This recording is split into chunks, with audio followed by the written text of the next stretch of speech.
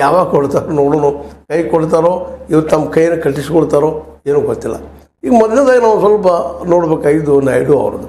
ಚಂದ್ರಬಾಬು ನಾಯ್ಡು ಅವರು ಮೋದಿ ಅವ್ರಿಗೆ ಗೆಳೆತನ ಮಾಡಿ ಲಾಭ ಮಾಡಿಕೊಂಡ್ರು, ನುಕ್ಸಾನ ಮಾಡಿಕೊಂಡ್ರು ಅಂತ ವಿಚಾರ ಮಾಡಿದಾಗ ಲಾಭದಲ್ಲಿದ್ದಾರೆ ಅವರು. ಹೇಗೆ ಲಾಭದಲ್ಲಿದ್ದಾರಪ್ಪ ಅಂತಂದ್ರೆ ಮೋದಿ ಅವ್ರನ್ನ ಯಾವ ರೀತಿ ಕಟ್ಟಿ ಹಾಕಬೇಕು ಅನ್ನೋದ್ರ ಗೊತ್ತದ, ಲಾಭ ಹೆಂಗೆ ತೊಗೊಳ್ಬೇಕಂತೂ ಗೊತ್ತದ. ಮತ್ತು ತಮಗೆ ಹಿಂದೆ ಸಹಾಯ ಮಾಡಿದಂಥ ಕಾರ್ಪೊರೇಟ್ಗಳಿಗೆ ಈಗ ಅನುಕೂಲಗಳನ್ನು ಮಾಡಿಕೊಡುವಂಥದ್ದು ಮಾಡೋ ಸಲುವಾಗಿ ಒಂದು 8 ಪ್ರಾಜೆಕ್ಟ್ಗಳನ್ನು, ಅದರಲ್ಲೂ 6 ಪ್ರಾಜೆಕ್ಟ್ಗಳನ್ನು ತೆಗೆದುಕೊಂಡ ಈಗ ಆಲ್ರೆಡಿ ದೆಹಲಿಗೆ ಬಂದ ನಮ್ಮ ಬಿಡಾರ ಬಿಟ್ಟ ಅಲ್ಲಿ ಏನೇನು ಮಾಡಬೇಕಾಗಿದೆ 6 ಮಿನಿಸ್ಟರ್ಗಳಿಂದ ಮುಖ್ಯವಾಗಿ ಕೃಷಿ ಇರ್ಬೋದು, ಫೈನಾನ್ಸ್ ಇರ್ಬೋದು, ಗೃಹ ಮಂತ್ರಿ ಇರ್ಬೋದು, ಇವೆಲ್ಲ ಮುಖ್ಯದಂಥ ಕೆಲವಷ್ಟು ಎಲ್ಲ ಡಿಪಾರ್ಟ್ಮೆಂಟ್ಗಳ ಕಡೆಯಿಂದ ತಮಗೆ ಬೇಕಾದ ಕೆಲಸಗಳನ್ನ, ಕಾರ್ಪೊರೇಟ್ಗಳಿಗೆ ಬೇಕಾದಂಥ ಕೆಲಸಗಳನ್ನ ಮಾಡಿಸ್ಕೊಳ್ಳುವ, ಅದು ತಮ್ಮ ಪ್ರಾಜೆಕ್ಟನ್ನು ರೆಡಿ ಮಾಡಿಕೊಳ್ಳುವ.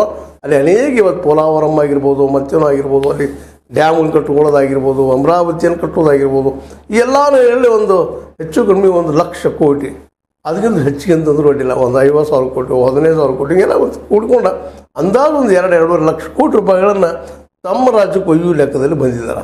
ಒಂದು ಏನಪ್ಪ ಅಂತಂದ್ರೆ ಈ ಒಂದು ಸ್ಕೀಮ್ಗಳು ತಮ್ಮ ರಾಜ್ಯನ ಕಟ್ಕೋಬೇಕಂತೇಳಿ.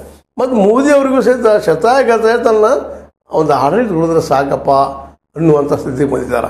ಒಂದು ಕಡೆ ನಾಯ್ಡು ಅವರು ತಮ್ಮ ಒಂದು ಏನಪ್ಪ ಚಾಕಚಕ್ಯತೆಯಿಂದ ತಮಗೆ ಸಹಾಯ ಮಾಡಿದಂಥವ್ರು ತೊಗೊಂಡು ಅವರಿಗೆ ಅನುಕೂಲ ಆಗುವಂಗೆ ಮತ್ತು ರಾಜ್ಯಕ್ಕರು ದುಡ್ಡು ಹರಿದು ಬರುವಂಥ ವ್ಯವಸ್ಥೆ ಮಾಡಿಕೊಂಡ್ರು, ಕೇಂದ್ರದಿಂದ ಮಾಡ್ಕೊಂಡಿದ್ದಾರೆ. ಸುದ್ದಿಗಳಿದ್ದಾವೆ, ಮಾಡೋದಿಲ್ಲ ಅಂದ್ರೆ ಇಲ್ಲಪ್ಪ ನಡೀತೀವಿ ನಾವು ಅನ್ನುವಂಥ ಮಟ್ಟಕ್ಕಿದ್ದಾರೆ ಅವರು ನಾಯ್ಡು ಅವರು.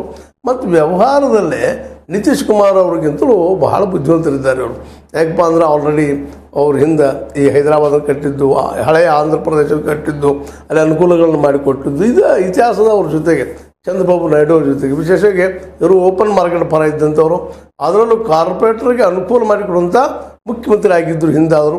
ಈಗ ಅದೇ ಕೆಲಸ ಮಾಡಲಿಕ್ಕಿದ್ದಾರೆ.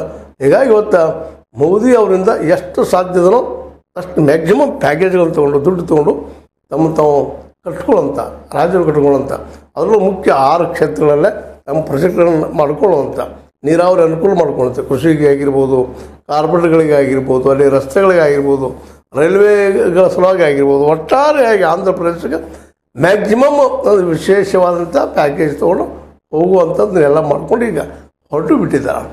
ಯಾಕಂದ್ರೆ ಅವ್ರು ವ್ಯವಹಾರ ಚತುರರು ಮಾಡ್ಕೊಂಡಿದ್ದಾರೆ. ಆದರೆ ಇದೇ ಕಾಲಕ್ಕೆ ನಾವು ಇಲ್ಲಿ ನಮ್ಮ ಇವ್ರು ನೋಡಿದಾಗ, ನಿತೀಶ್ ಅವ್ರು ನೋಡಿದಾಗ, ನಿತೀಶ್ ಅವ್ರಿಗೆ ಯಾಕೋ ಏನೋ ಒಟ್ಟು ಘರ ಬಡ್ದಂಗೆ ಆಗ್ಯದ.